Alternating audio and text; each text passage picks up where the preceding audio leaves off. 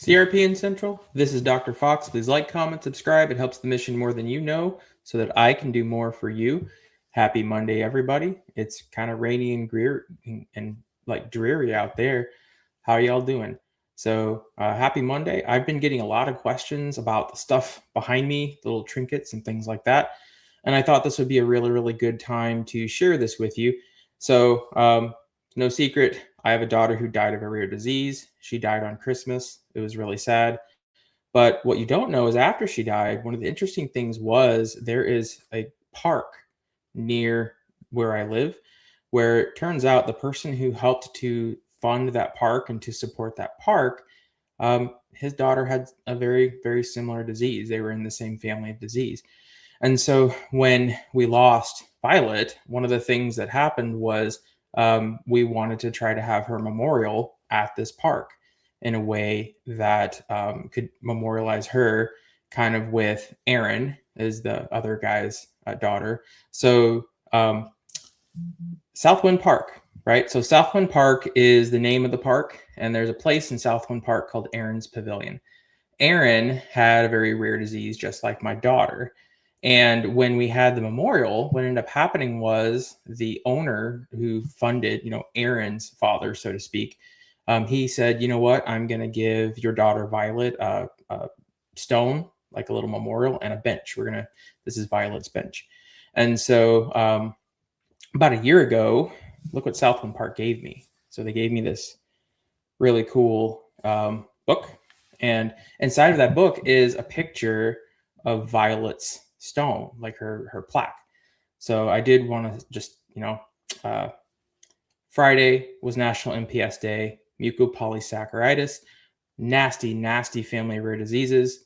My daughter Violet had mucolipidosis. It's in those rare diseases. So we observe MPS Day every year. So we wore purple for MPS Day.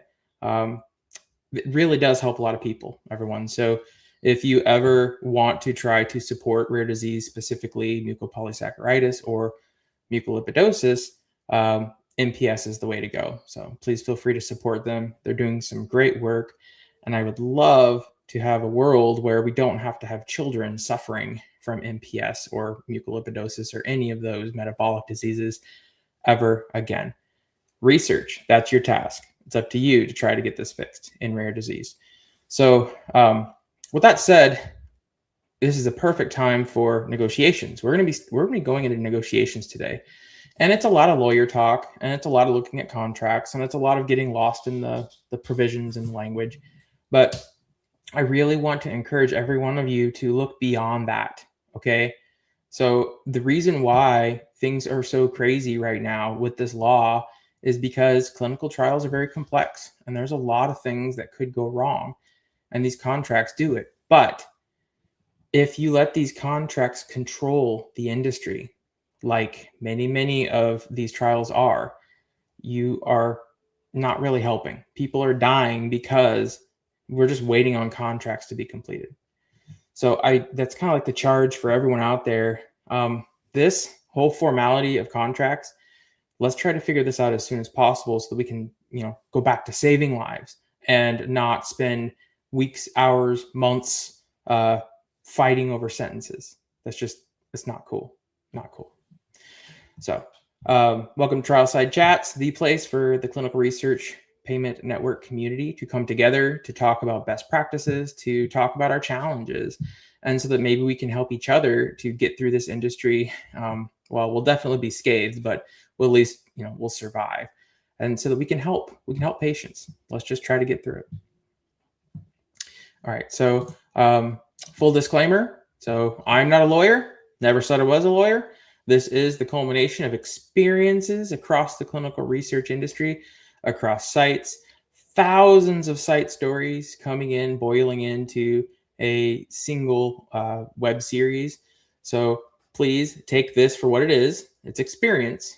And listen at your own risk. Take this at your own risk.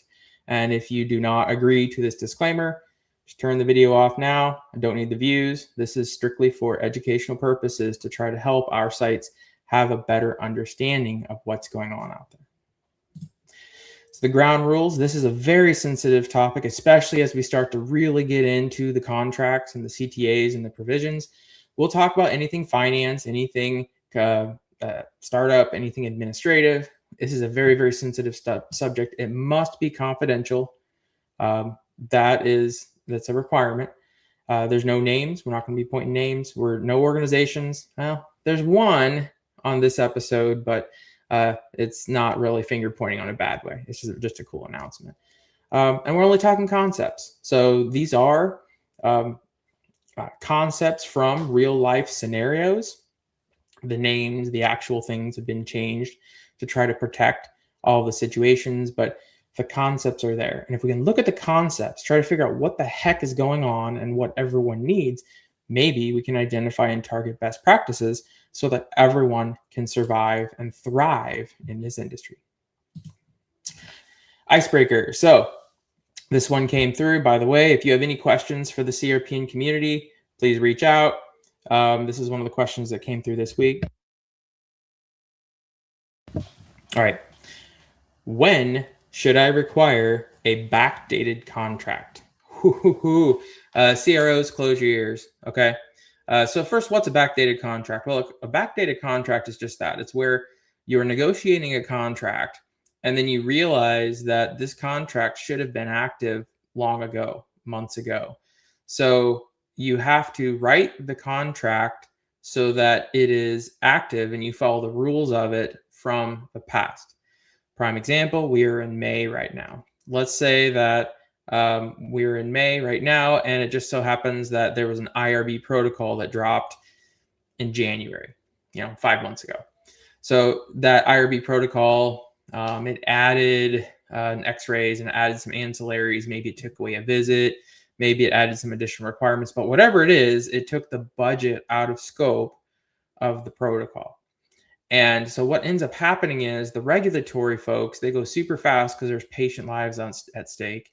So they get it through the IRB, they get it approved. Maybe it's safety thing or whatever it is, but it gets approved. Let's say it's approved in January.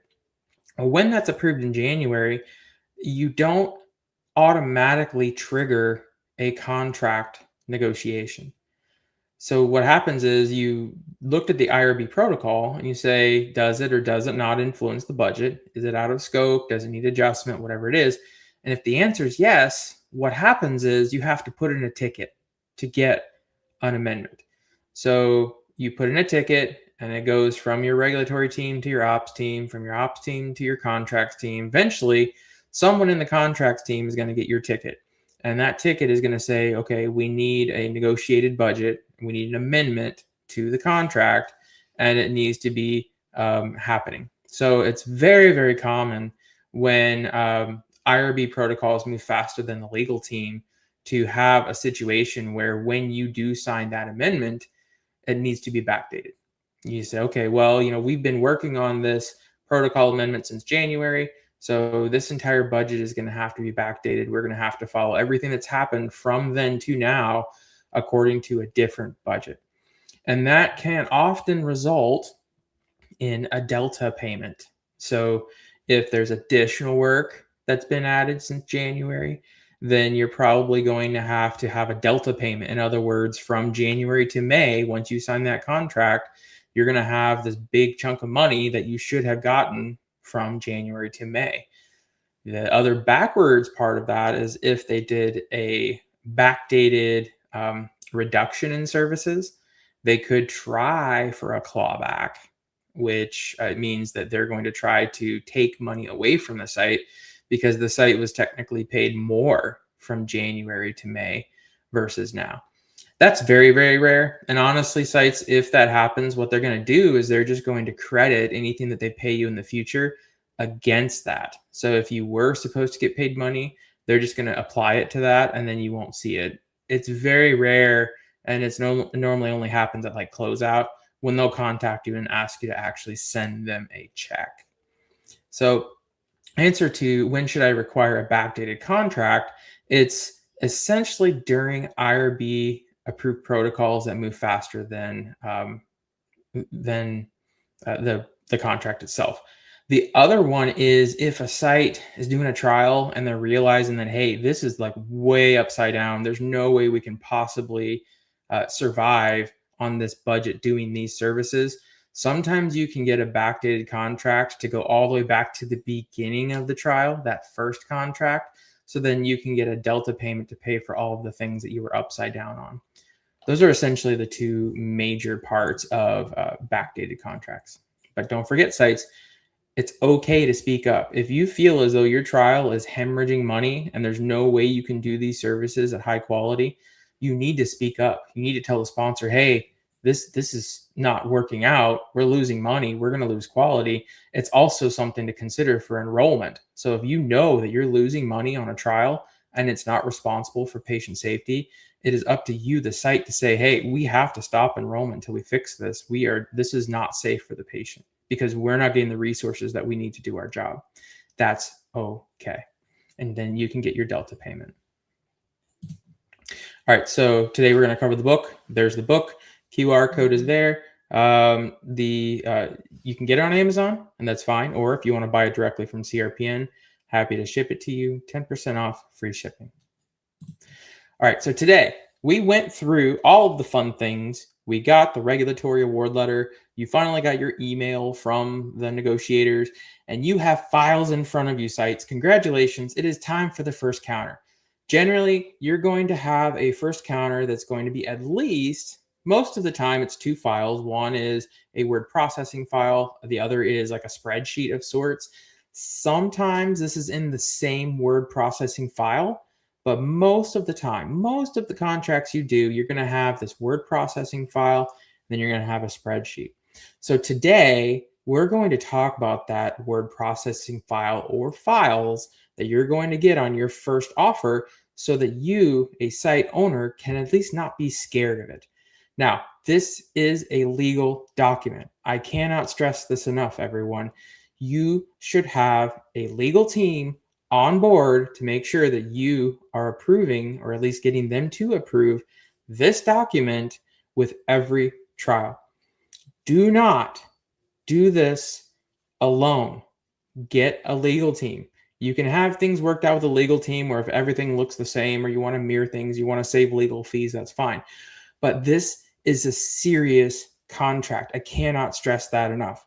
My job is not to be your lawyer. I am not a lawyer, but I am going to show you the anatomy of this file so that when you look at it, you can be like, okay, at least I know kind of what it's all about, but I still need to talk to my legal team, or at least they need to be aware of it. Please, everyone. I mean, if you're listening out there right now, I'd love to see some thumbs up. I want to know that people know this is a contract and you need to have a legal team. All right, so you're going to get this Word document. It's going to look like this. It's probably going to say some weird file dedicated to what the CRO wants. It may have like your PI name, may have a site number in the file name, it may have the protocol ID, it may have a USA, whatever it is. The CRO is going to name this file according to their nomenclature, and that's okay. We'll name that later. But the important part is once you open that up, there's a couple things that you want to look for. Okay, so we're just going to talk about some sections here. So there's three main sections that you can really think about from a site administrator, and you can go on from there. The first section is the preamble. We'll go over that. And then you have the main agreement. Then you have exhibits. And then you might have an LOI. Well, we talked about that letter of indemnification last time. Like if you're looking for files and you need it, this would be the time where you would have the LOI. And that is one that you definitely want your legal team to look at. So you might, it may be in there. So, okay. First things first though, and this is major, especially with phishing scams right now. Metadata in Word documents can be compromised by phishing scams. So if you do not have your Word files being scanned by firewalls, then you should, number one. And two, it really puts a damper on password protected Word files because it's hiding metadata that you can't access or review. So that is a choice up to your site. I no longer deal with password protected files because I have seen sites get in deep trouble because of them. So CROs, if you're listening, I get it. You're trying to make as much structure as possible that's not changed. But in the world of AI phishing scams, the password protected file just has to go. I'm sorry. Every single Word document that you open will be by default there to collect your data, your user data, which can be used for phishing scams. So one thing before we even start, privacy first sites, if you do this as a site, especially since CROs are working with 150,000 of sites a year, and they are really, really, really vulnerable to phishing scams and things like that, you may really want to consider this as a standard where you ensure that your document is not collecting your personal information. So this is a really quick little run here. Try it on a file sometime. Open up a Word document and see what it says. But if you go to Word, hit File, then Info. When you hit Info, you're going to see something that says Inspect Document. Click on that, and it's going to say Inspect Document. You have to click Inspect Document.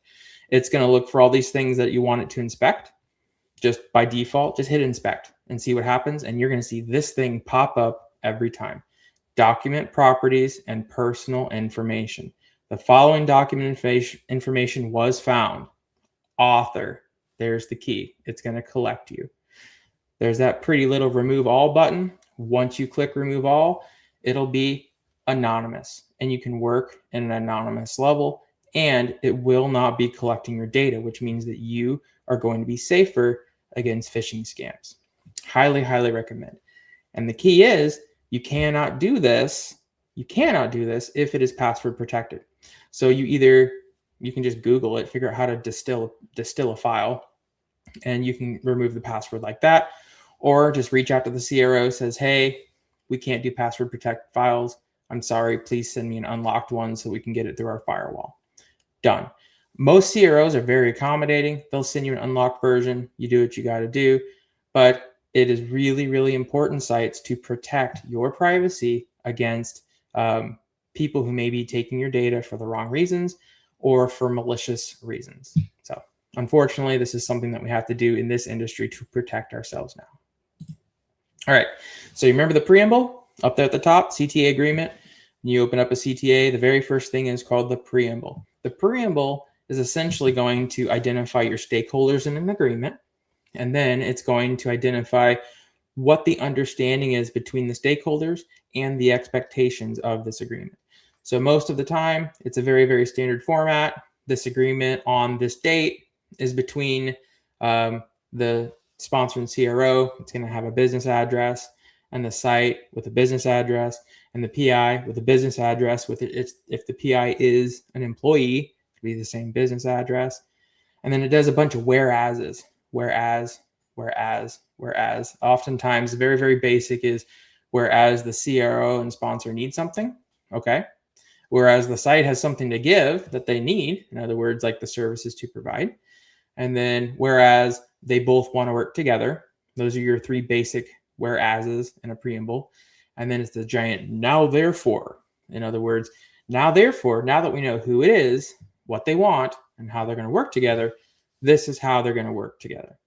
So in essence, that is your preamble. Generally, in site world, what you really want to do is you want to make sure that your site and your site address, the address especially, is going to have to match your W-9. So this contract, they're going to look at that, look at the preamble and say, okay, well, there's their business address. And then they're going to open up your W-9 later on and say, well, this W-9 better match this business address. Otherwise, we have a legal entity problem. We need to understand how this works. Most of the time, your PI, they're either going to be an employee of the site, which is the easiest because then everything just runs through the site's legal entity. If they are not, if they're a subcontractor of the site, there's a whole other ballgame. You've got to have different provisions about how subcontractor, confidentiality, everything built into there for the PI. And then, so that's pretty much all you need to understand for a preamble is just who we working with, what do we want to do with each other, and then we all kind of do it together. There's other things, of course. This is again where you need to talk to your legal team because the preamble can have all kinds of weird, quirky things in there that your legal team may want to tweak based off of the needs of your organization. So after we've done the preamble, now that we know we all want to work together and this is what the expectations are, now we go to the main document. And I cannot stress this enough. This is a legal contract. Consult your legal team. Once you do enough of them, or once you've consulted with your legal team enough, you're going to identify the preferences of your legal team in your organization. But at any time you're going to go through something in the course of the trial, this is going to be the truth. This is the legal truth. You're probably going to be talking about the performance and the responsibilities. They're going to talk about adherence to HIPAA. They're going to talk about adherence to federal law, adherence to all of these things. They're going to talk about liabilities. In other words, like the sponsor and the site, they're going to talk about the liabilities of each other. Like if the sponsor gets in trouble, what's that do with the site? How is the sponsor and the site liable with each other? Which leads into indemnification. And we can have a whole section on indemnification if you want. There's even a letter of indemnification to discuss, but I'm going to leave that to the lawyers. We're going to talk about ownership in the contract. A lot of times it's the sponsor owns this and the site owns that. They have mutual ownership so that they understand what's going on. And who do they have a partnership? Are they owning things together? What's going to happen in the event of a patent? What's going to happen in the event of a filing? Insurance. There's always a requirement for insurance. There's going to be rates that you're going to have to put in there for insurance. They both, sponsors and sites, they're going to be required to provide certificates of insurance at certain times. There's certain rates. There's all of this talk about publication. Most of the time, that's only for academic universities, PIs, things like that, publications. This is how long you can wait for publication. These are all the things that you have to talk about. And I need better QA. Apparently we talked about insurance twice in this contract. So this contract really, really wants to know about insurance. Termination, if things go bad, if you decide not to work with each other, what's the termination clause? Most of the time that has to do with the amount of time it takes to terminate and how much money is paid or not paid as a result of termination. Communication plans, who would you email? What's the legal address? Who's the contact? Governance. Governance is a big one. Are you going to remain silent? Are you going to agree to the courts of a single state? Where is your governance? There's so much more in miscellaneous. There's so much more in the contract that you need to look over. And this is something that you have to really work closely with your legal team on so you can do it properly. One thing that I should note that I've been seeing a lot in these CTAs recently is a little bit of a sponsor overstepping for access. And by access, I mean there's a lot of language out there right now that is talking about how sponsors don't have to adhere to site SOPs to access their data. They don't have to get permission to be on site or to schedule a monitoring visit. They can speak on behalf of the site during an FDA audit.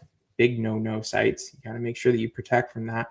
But there's a lot of access stuff. The other one is queries and query resolution. We talked about that last time. Most of the time, queries, they can range in a contract from 24 hours to 72 hours to begin with. But then what is realistic for your organization? Do you have an internal QA system that's going to take more time to do data entry? For queries, are you going to you need a little bit more time to do that? It's really, really important that everyone understands that this contract is going to bind you sites, and you have to be comfortable with what is being determined as a result.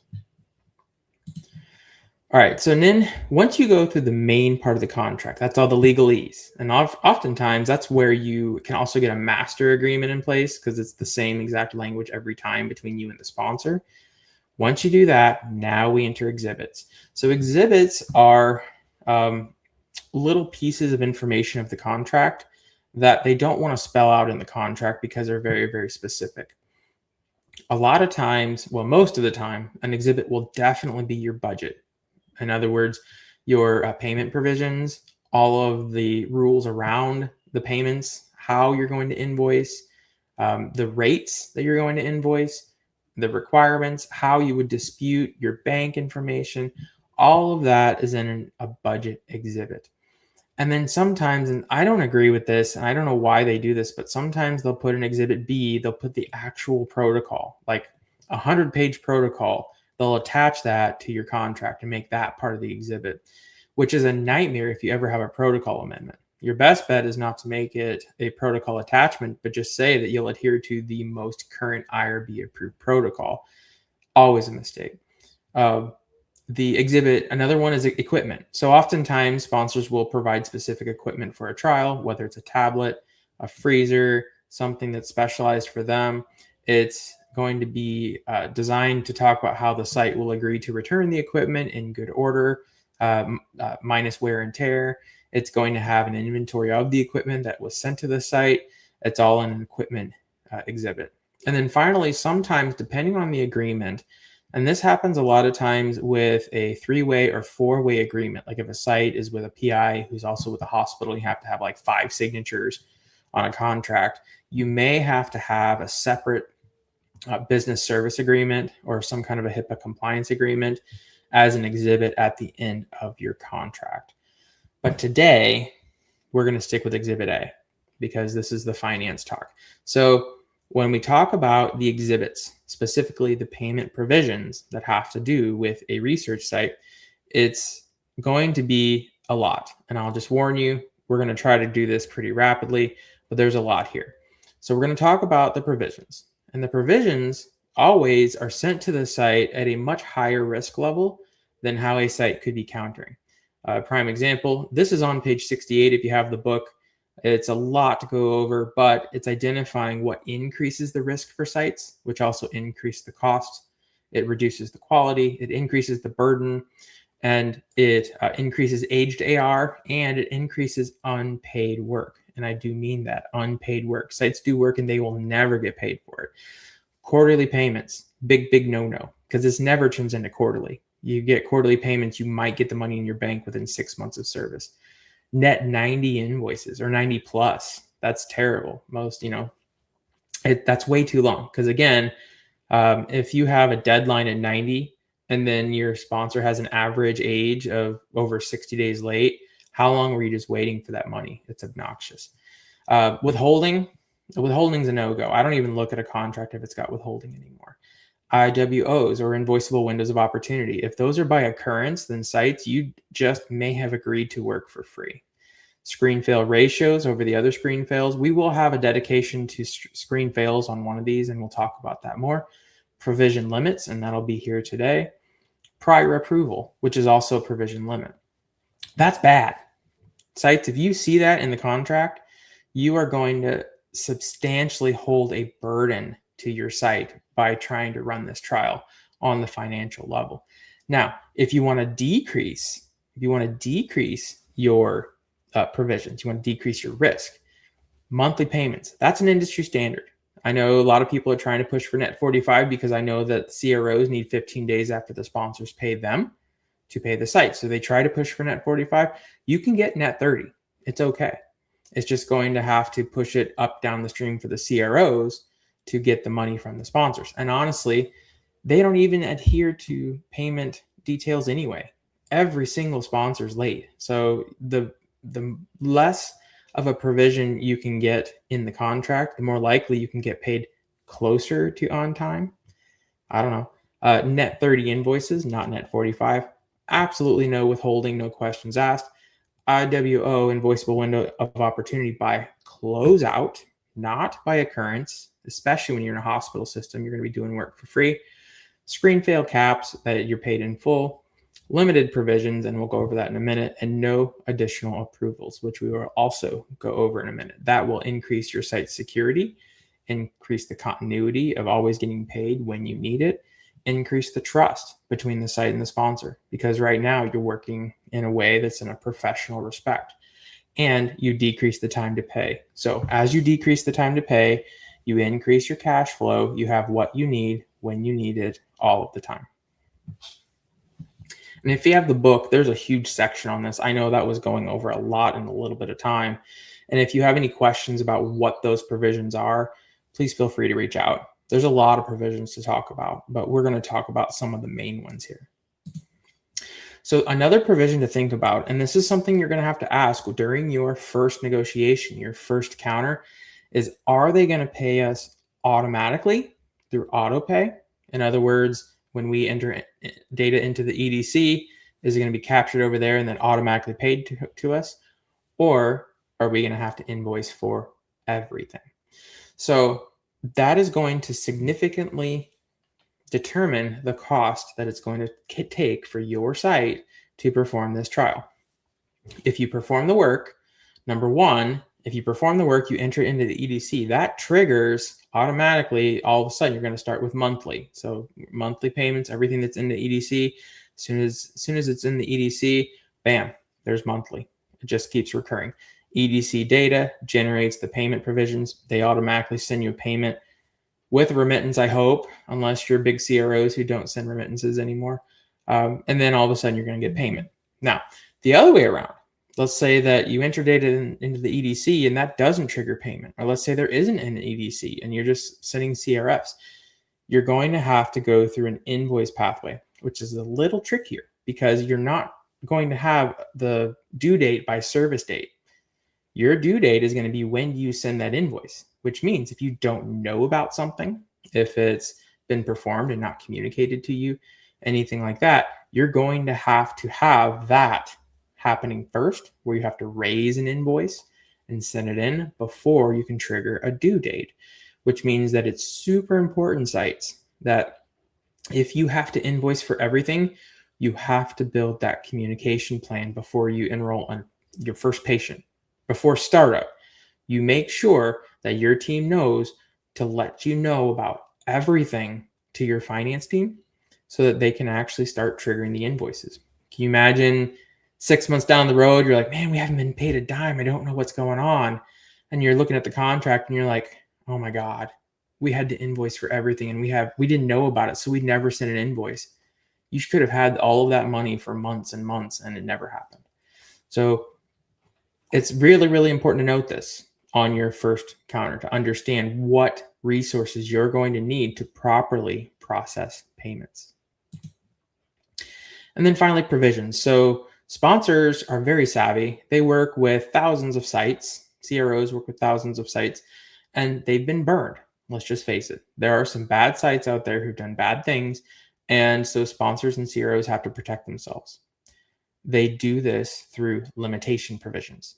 So any kind of way that they can make sure that they get the product that they were promised before they pay. And some of the very, very common ones is, of course, number one is verification. In other words, you remember auto pay, where you're supposed to get paid if it's EDC entry. Unless you can verify that it's in the EDC, unless you can see that it has been performed. Sometimes there's even verification where they don't even pay unless there's been a monitoring visit, which I do not recommend, sites. That is a big deal because sometimes monitors will schedule really, really erratically and you can't control when they come, which means that you just lost your control of getting paid. I wouldn't do that, but you can always agree to sponsors reviewing EDC and paying you for what you've entered. I agree with that. And you're going to see that. Justification is huge. If you can't provide substantial justification to sponsors and CROs for the costs that you are incurring or spending, you're probably not going to be doing very good in negotiations at all. Prior approval. You got to watch this one. So prior approval has gone a little crazy. Prior approval used to be like, hey, we've got this advertising campaign. Here's a quote for advertising. Can we please have, the sponsor needs to review and approve the quote for advertising before we send an invoice. That way we know that it's streamlined. But it got real weird. They have prior approval for dry ice now. Really? You're in the middle of a visit. You got this sample that's going to go bad in front of you. Maybe it's in a freezer. You have to ship it that day. You need dry ice. And the sponsor is not going to pay for that dry ice unless you've asked before you order it, before you use it. How's that going to work out? Not cool. The other really interesting prior approval that most sponsors try to do now is prior approval of unscheduled visits. Let's think about that one. If you have an unscheduled visit, that means that something's going on. Maybe there needs to be a redraw. Maybe it's not life-threatening, but what if it is? A lot of unscheduled visits are around SAEs. Can you imagine saying, hold on, I know that you're hurting. I know you've got an SAE. I know we need to see you, but I need to call the sponsor and make sure that they can pay for this before I can schedule you. Really? That compromises patient safety. Dry ice compromises sample integrity.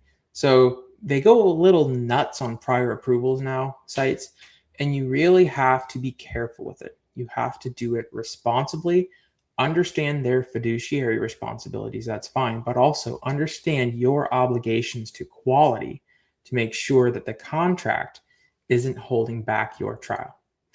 And finally, there's pass-through. Pass-through is really weird. So pass-through is pretty much, this is when you have to have documentation. So in other words, we make a payment, we spend something, we collect a receipt, like an Uber receipt for patient trips, or we have whatever it is, some kind of a documentation of expense it comes through. And then you have to include that documentation of expense, or you have to include that documentation with your invoice so that they can consider it like a pass-through. That has gotten crazy too. And one of the biggest ones that I've seen recently is this big push to try to get monitoring reports in attached to invoices for monitoring visits, which big mistake, everyone. Big mistake. There is some sensitive information on monitoring reports, and sponsors, you don't want that attached to invoices. That's just not a good deal. And on top of that, finance teams don't have access to that. They're finance teams, but your finance team does. Your finance team has access to EDC, and they know who the CRA is to talk to. So why are you pushing for additional documentation on finance teams at a site who don't have access to this stuff, but you do? And the paranoid person says you're doing it on purpose to try to discourage sites. I really hope that's not true. I really hope that maybe there could be a way where we could all work together and you could get what you need to ensure and validate a monitoring visit so that you don't have to ping a site and ask them for additional documentation and spend more money on a monitoring visit that's already been performed. So there's a soapbox of monitoring visit, but these are limiting provisions. In other words, these are the things, these are the rules that sites are going to have to follow throughout the course of a trial just to get paid. And some of them are very legitimate and others are pretty bogus.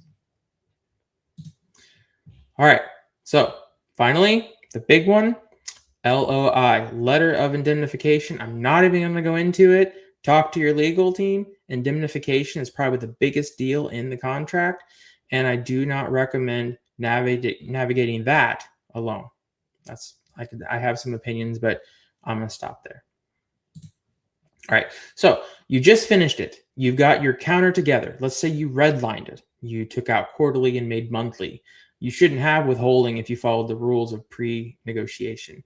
But all of these different things and provisions that you redlined into the contract that you want changed with comments to justify what you're doing, whatever it is, now you have your own draft. So for your record sites, and you're going to appreciate this later, this is the official Dr. Fox nomenclature for legal documents. This is the one that I like to use. And once you have thousands of documents in place, this one really does hold. So you start off with identifying your sponsor's name, and then you do a protocol number. You do a PI last name. You do your site number. You say what it is. So in this case, it's a CTA. If you were to kind of do like an amendment, it would be like A1, A2, A3. You say what CTA is. So this is a draft version. So draft version, you could have a version number, but you don't have to because the date should be the version itself. And then you have a date. Normally, I like to do GCP dates, but whatever it is, now you have an official file that can go into your records as a record.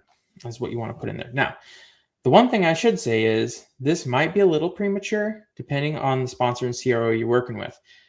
if you want to have them in mind, one way to do it instead, especially since this is just a draft, it's not final, is just take the file that they did and just add site redlined with a date at the end. That way it can help their naming and nomenclature. Because keep in mind, those CROs, they're going to end up watching and seeing hundreds and hundreds of sites. And so they're going to really appreciate you kind of working with their nomenclature to help them do their job faster. All right, so that was the CTAs. So the CTAs as the first counter, that's one thing. Next week, we will start to attack the budget. And I think we're going to do this in 2 different sections. So we'll start with section 1 of the budget next week. I do recognize next week is Memorial Day. So a big thank you to our everyone who's died for our country. It's Memorial Day. Please feel free to observe it as you see fit. But if you want to come on CRPN Central next week, we'll be talking about this. And if you have Memorial Day plans, no worries. It should be on YouTube so you can watch it whenever you'd like. If you have any questions about the first offer in the budget, if you have any comments, if you have any experiences you'd like to share, this would be the time. Please feel free to reach out, send us your comments. We'll put them on the next show as we start delving into the first offer and the counter of the budget. All right, so let's go on to the discussions. A couple things to consider. This is an interesting one. So, yes, the CRO made me make a typographical change to the invoice and then asked me to reset the due date. Do I have to? Do I have to do this? This happens a lot, especially the sponsors who are super small, like the really, really small sponsors. They love kicking invoices down the road. And I mean, love it. A lot of times, this is the one, they didn't hire a CRO. They're doing it all in-house to save money. They love kicking cans down the road. So they'll look for any reason for an invoice to be, quote, disputable. Even if it wasn't the services disputed, it's going to be something somewhere on the invoice. Some of it you can't control. And they'll say something like, oh, well, you missed a period on our address, or these little things. And like, okay, well, I went ahead and fixed that. Oh, well, you fixed it. So now I get another 30 days. You have to change the due date. And I guess it's really annoying from a finance person, especially when there's nothing that had to do with the services that were wrong. It was everything to do with just some typographical error. There's no reason why it should have been delayed, but it's a judgment call. So the first time around, you'd be like, okay, sure, as a convenience, I'll go ahead and adjust this for you. But if they keep doing it, then you can easily just sit there and say, nope, I'm sorry, the due date stands. And they'll hem and haw, our contract, this and that, and be like, well, you have 2 choices. You can either pay it or you don't pay it. But if you don't pay it, we're going to have to start activating our sponsor protection protocol. In other words, this is going to be when, if you don't pay the bill, then we're going to have to report it to the reg team. You may not have access to data. We just won't schedule monitoring visits. Anything that is not compromising patient safety, but has everything to do with services that you're not paying for and you're out of compliance, we'll just have to trigger it. And most of the time, I mean, that's a red button, everyone. I wouldn't start with that. That's more of like, if they really, really get into it, just cordially remind them, hey, this is a contract and this is going to go in aging. And if you don't pay it, then we're going to have to activate some protocols. Most of the time, it works its way through.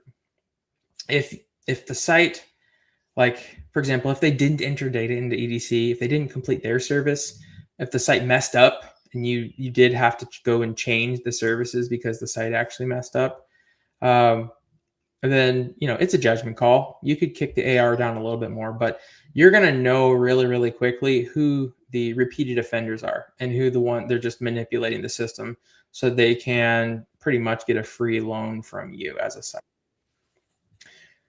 So, all right. Why do sponsors give, quote, bonuses for enrollment? And is that ethical? Ooh, how many sites out there have seen bonus enrollment on their contract? You enroll so many patients in this time period, you get an extra $1,000, $5,000. How much is too much? This is a big deal, and I really hope that someone out there can speak up on this, because I have my opinions about it. But From my experiences, this is another one of those situations, ironically, with the small sponsors. Small sponsors are in a hurry. They want patients on now. They don't want to wait. They probably have limited capital. And so they'll put these, quote, enrollment bonuses in their contract. First and foremost, sponsors, if you have a CRO that's allowing you to put the word bonus in a contract that's dedicated and it's connected to enrollment, you may really want to talk to another CRO, because that is absolutely a consideration for anti-kickback and things like that.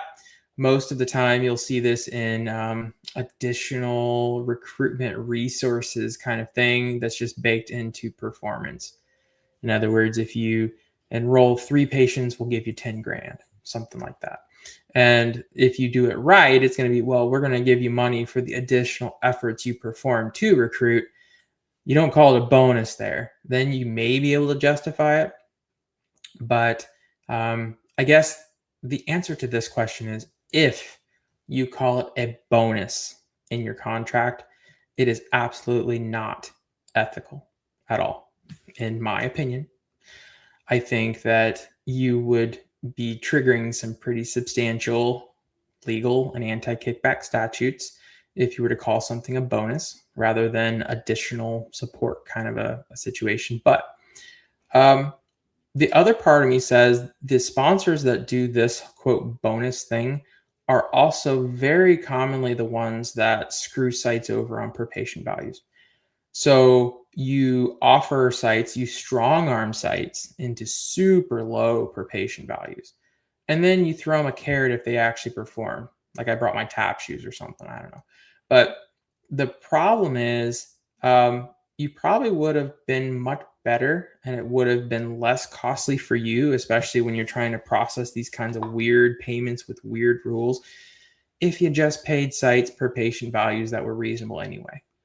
So sites, if you see this, you're probably kind of like you're like a waitress or a waiter who's working for less than minimum wage, where if you actually perform, you can hope to actually get to the point where you're like everyone else. Probably not a good idea, everyone. Not a good idea on bonuses. All right. The big announcement, everyone. So the Society for Clinical Research Sites is now celebrating their 20th anniversary this year. Where's my applause? Let's get a thumbs up for that.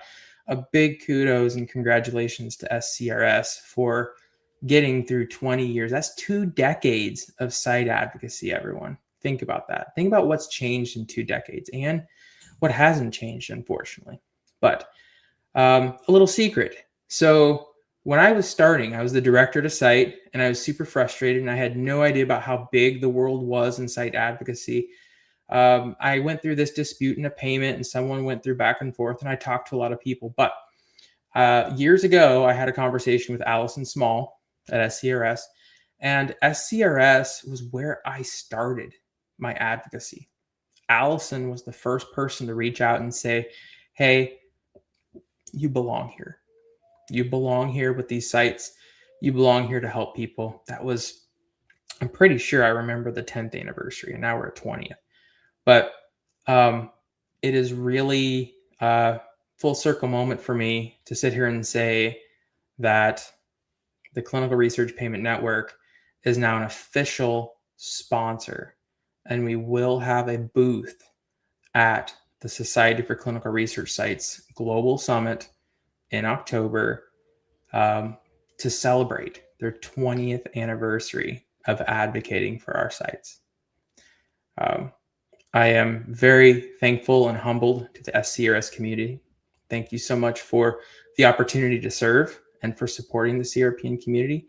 And now I'm looking forward to be able to support you so that you can continue. I can't wait to see you on your 50th anniversary, SCRS.